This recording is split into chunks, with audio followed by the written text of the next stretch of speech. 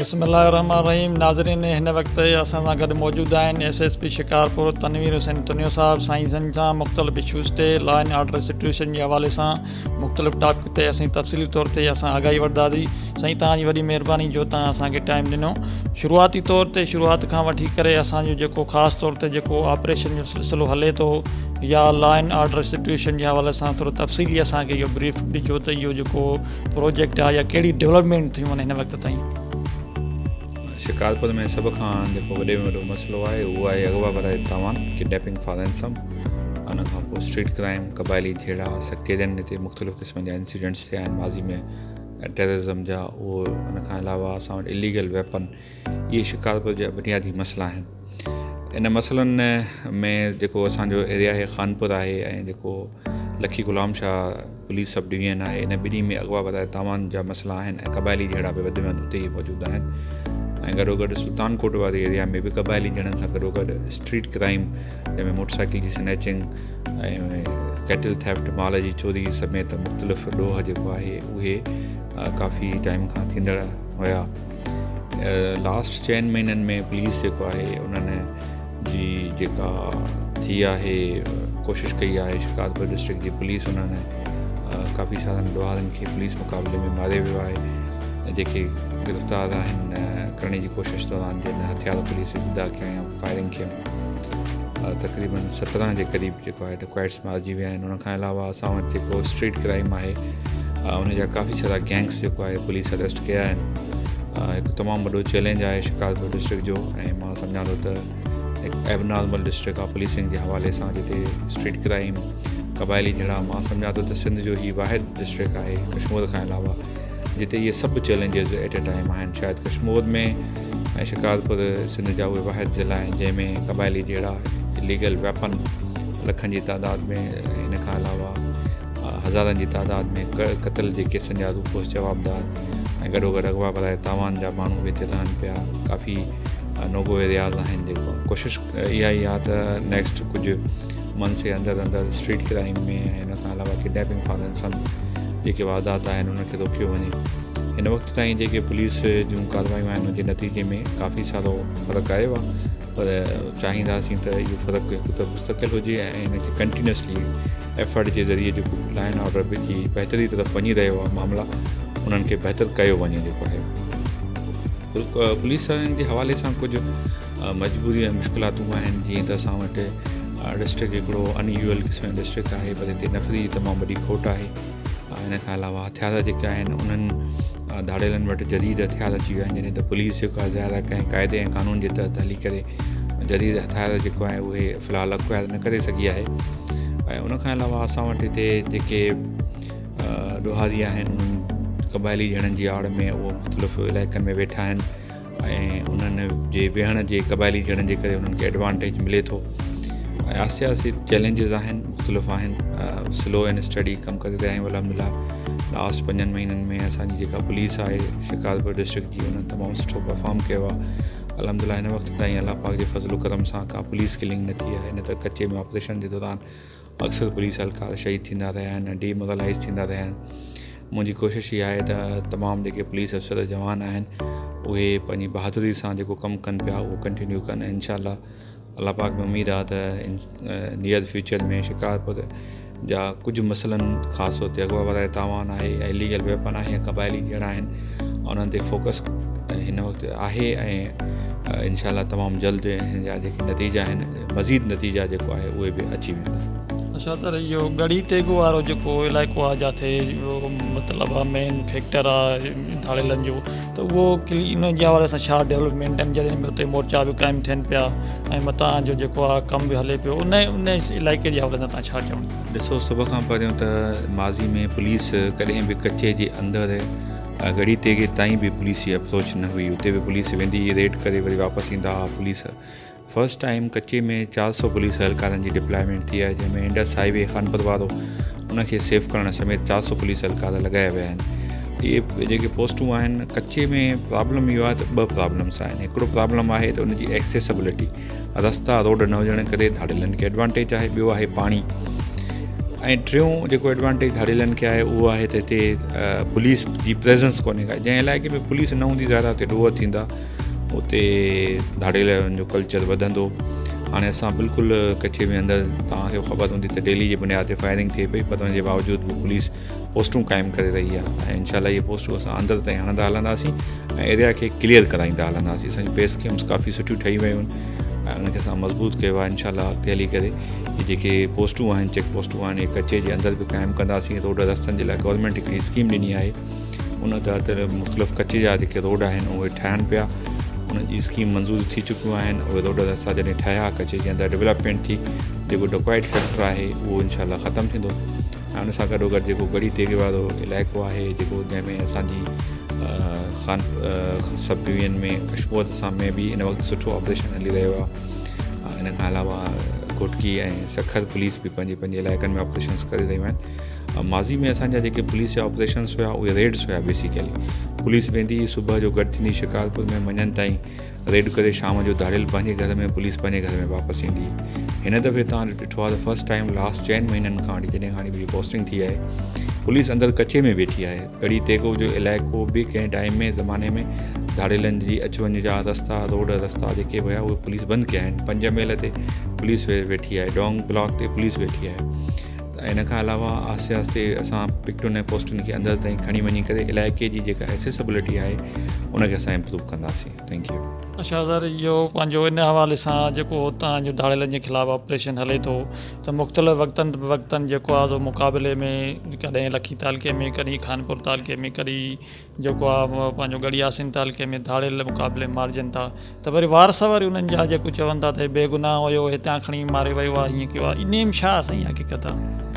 वारिस चवंदा रहंदा आहिनि, हुन सां को फ़र्क़ु कोन थो पवे।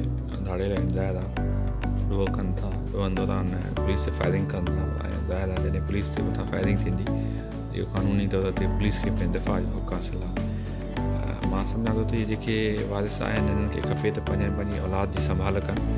जॾहिं हू क्राइम कनि था उन टाइम ते उन्हनि जी कमाई जो त हिसो खाइनि था।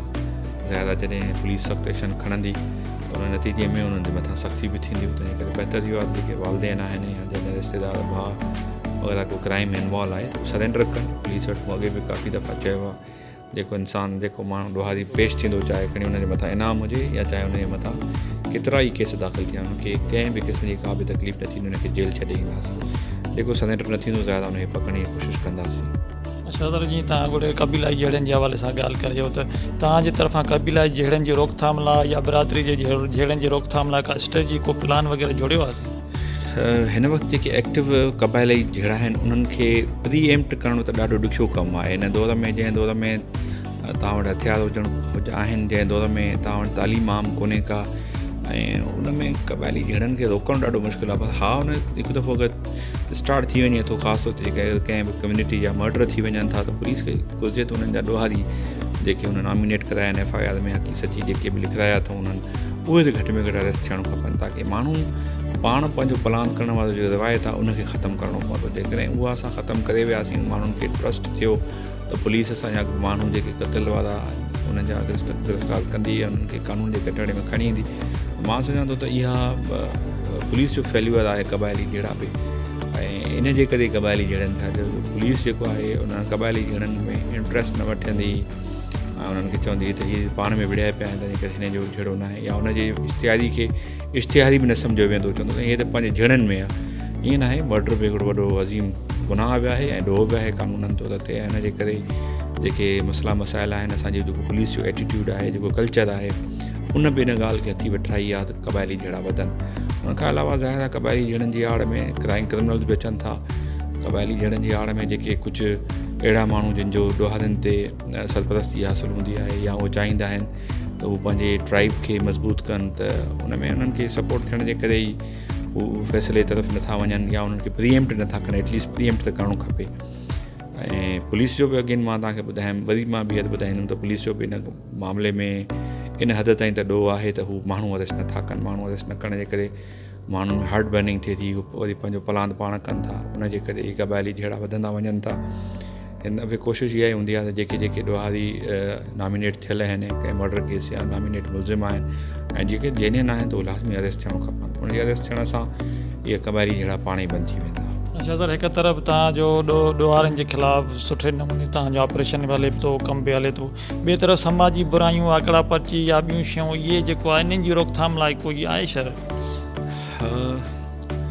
ॾिसो, हिन सोसाइटी में हिकिड़ो मरीज़ अगरि तव्हां खणी अचूं एज़ ए डॉक्टर जे सां खणी वेंदासीं त उनखां जेको अगरि उनखे कैंसर बि हुजे, उनखे खंघि बि हुजे, उनखे नंढड़ी हिकिड़ी चोट बि आयल हुजे, त सभ खां पहिरियों त उनखे कैंसर जो इलाजु कयो वेंदो। त शिकारपुर जो जेको वॾे में वॾो मसइलो आहे उहो आहे किडनैपिंग फॉर रैंसम, टेररिज्म, दहशतगर्दी, क़बाइली जहिड़ा इहे वॾा मसइला आहिनि। हाणे मां जी कोशिशि इहा आहे त हिननि खे प्रायोरिटाइज़ कयो वञे। नो डाउट असांजी पुलिस डिपार्टमेंट में काफ़ी अहिड़ा माण्हू बि आहिनि जेके ऑर्गेनाइज़ क्राइम खे हथी ॾेई रहिया आहिनि, जी सरपरस्ती में क्राइम बि थी रहियो आहे, जेको ख़ासि तौर ते जुआ आहे या मनशियात आहिनि, उन में इन ॻाल्हि में को शक न आहे त पुलिस जी सरपरस्ती बि उन्हनि में हासिलु आहे। पर जिते जिते ख़बर पवे थी उते एक्शन खणूं था। ऐं ज़ाहिर आहे डिस्ट्रिक्ट जी एडमिनिस्ट्रेशन में जेके वॾा वॾा मसइला आहिनि उन्हनि खे पहिरियों हल करण जी तरजीह ॾिनी आहे।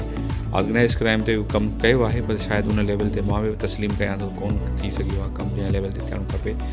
ऑर्गेनाइज़ क्राइम जेके तव्हां चयो त आकड़ा पर्ची अहिड़े क़िस्म जा, उहा बंदि करणु तमामु सवली ॻाल्हि आहे। उहो कोॾो ॾुखियो कोन्हे को, पर कंहिं धाड़ेल खे ॻोल्हणु या कंहिं उनखे एनकाउंटर में जेके थियनि था असांजा, उन में ज़ाहिर आहे हू फायरिंग कनि था, रेड थिए थो पुलिस जो, त उन में उन्हनि सां जहिड़ो करणु इहो वॾो ॾुखियो कमु आहे जेको आहे। मुंहिंजी प्रायोरिटी ज़ाहिर आहे उन ॻाल्हि ते आहे। वंस हे पीसफुल एनवायरनमेंट थियो त गॾो गॾु असां कोशिशि कंदासीं त जेको ऑर्गेनाइज़ क्राइम आहे, ताकी जेको मुंहिंजी परसेप्शन हुते हुई अची अचण सां ई जेको मुंहिंजो ज़हन में खाको हुयो शिकारपुर डिस्ट्रिक्ट जो, उहो इहो ई आहे त उते अॻुवा वधाए तावान आहे। ऐं पर्ची जुआ या जुआऊं या अहिड़े क़िस्म जो जेको मुंहिंजे ज़हन में अहिड़ो हुयो त शायदि हिते एतिरो घणो कोन्हे को, पर तव्हां राइटली पॉइंट आउट कयो आहे। अहिड़ी बुरायूं, समाजी बुरायूं बिल्कुलु हिते मौजूदु आहिनि ऐं पुलिस जी सरपरस्ती में बि बिल्कुलु हलनि पियूं, उन में को शक कोन्हे को। न असांखे लिकाइण जी ज़रूरत आहे, न असां हुनखे ॾिसोन कंदासीं, न बिल्कुलु असांजी पुलिस जेका आहे उनजी बिल्कुलु हूंदी आहे। जिते जिते ख़बर पए थी उते कोशिशि कयूं था। पर जीअं त मां तव्हांखे वरी ॿुधायमि त हिकिड़ो डॉक्टर जी हैसियत में तव्हां वटि अगरि को मरीज़ अचे थो, उनखे कैंसर बि आहे, उनखे ॾंद में सूरु बि आहे, उनखे नंढिड़ो ज़ख़म बि आहे, उनखे खंघि बि आहे, त सभ खां पहिरियों उनजे कैंसर जो इलाजु डॉक्टर शुरू कंदो त पहिरियों कैंसर ठाहियूंसि, कैंसर खे रिमूव करायूंसि, पोइ बाद में ॾंद जो इलाजु कयूंसि, पोइ बाद में। अहिड़े हिसाब सां पुलिसिंग जूं प्रायोरिटीज़ में जेका ऑर्गेनाइज़ क्राइम आहे, जेको समाजी बुरायूं आहिनि, उहो शायदि मुंहिंजे हिसाब सां अञा उनजो जी चइजे वारो पोइते आहे लिस्ट में, उन ते बि कमु थी रहियो आहे। ईअं न आहे त कमु नथो थिए। उन लेवल ते जंहिं लेवल ते अॻुवा वधाए तावान जे ख़िलाफ़ु कार्रवाइयूं थी रहियूं आहिनि, जंहिं लेवल ते स्ट्रीट क्राइम जे ख़िलाफ़ु कार्रवाइयूं थियूं आहिनि, उन लेवल ते न थियो आहे। ऐं फुली एग्री विथ यू, पर इनशाला इन्हनि ते बि कोशिशि कंदासीं। पुलिस जो हिकिड़ो जेको ज़हन आहे, माइंड सेट आहे, उन में वॾे वॾो प्रॉब्लम आहे, उन में मोटिवेशन कोन्हे का। हिकिड़ो सिपाही 30 सालनि खां पोइ सिपाही रहे थो, प्रमोशन जा मसइला आहिनि, उनजी मोटिवेशन कोन्हे का, एक्नॉलेजमेंट कोन्हनि का, उन्हनि जे मथां प्रेशर अची विया आहिनि। सोसाइटी जा जेके ॿिया इदारा आहिनि काफ़ी सारा जेके पंहिंजी परफॉर्म न करे रहिया आहिनि। तव्हां ॾिठो हूंदो त वापडा आहे, लोड शेडिंग आहे, माण्हू रोडनि ते अची वञनि था, टायर जलाइनि था, उन में पुलिस जा 2-3 कलाक ज़ाया थी वञनि था, माण्हू खे पाणी नथो मिले। मिसाल हिकिड़ी ॻाल्हि आहे, मां हिकिड़े जनरल तव्हांखे मिसाल ॾिनो त इहे मसइला बि पुलिस ई हैंडल करे रही आहे। त पुलिस ओवर बर्डन थी चुकी आहे इन सभिनी मसइलनि जे करे। उनजे करे ज़ाहिर आहे एतिरो रिज़ल्ट अहिड़े क़िस्म जा कोन था अचनि। इनशा मां ज़रूरु कोशिशि कंदुमि त जेके जेके पथारियूं आहिनि, जंहिंमें ख़ासि तौर ते चर्च जूं या मनशियात जूं या इन में ऑर्गेनाइज़ क्राइम में पर्ची जो आहे जिते जिते ख़बर पए थी उते रेड बि करायूं था ऐं SHO खे हिदायतूं बि जारी कयूं आहिनि त अहिड़े कंहिं क़िस्म जे किने अमल में इन्वॉल्व न थियणु खपे पुलिस। मुंहिंजी शिकारपुर जा जेके आवाम आहे उन्हनि सभिनी खे इहा आहे त हू पंहिंजे पंहिंजे हिसे जो जेको आहे कमु ज़रूरु कनि। असांजी सोसाइटी में असांजो सभिनी जो अलमियो इहो आहे त असां घर सुठा ठाहियूं था, पर असांजो जेको ॿाहिरि मुआशिरो आहे उनखे सुठे करण में आम माण्हू जेको आहे हिसो नथो विझे। शायदि हुनजो पुलिस जे मथां ट्रस्ट कोन्हे को। हिन सोसाइटी में तव्हां ॿाहिरि मुल्कनि में तव्हां ॾिठो हूंदो त जेका पुलिसिंग जो अमल आहे उहो न सिर्फ़ु आम माण्हू करे पियो बल्कि पुलिस करे पई, पर आम माण्हू बि हुन में शामिलु थिए थो। तंहिं करे अवाम जेको आहे पुलिस सां ताउन करे।